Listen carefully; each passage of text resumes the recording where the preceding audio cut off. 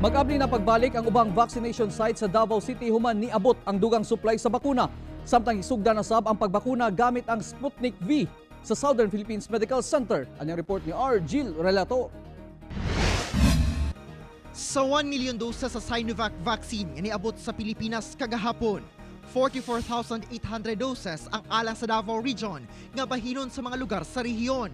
Gawa sa Sinovac, AstraZeneca ug Pfizer, duna na say 1,800 doses sa Sputnik vaccine sa Davao Region. 91.6% ang efficacy sa Sputnik sa symptomatic COVID-19 patient ug 100% kontra sa moderate ug severe cases. So tungod kay sa iya pong temperature requirement, no?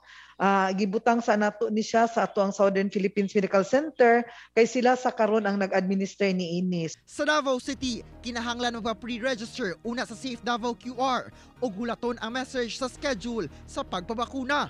For those na wala sila internet capacity or wala sila smartphones, they can go to their respective districts, health centers, no, or barangay health centers where they reside.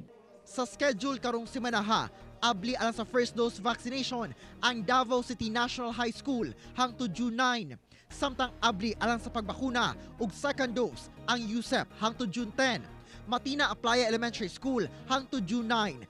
Kalinan Central Elementary School gikan June 9 hangtod June 12 ug Buhangin Central Elementary School hangtod June 11. Sa mga naga-walk-in, mabakunahan sila kung dili mo abot ang mga nakaschedule.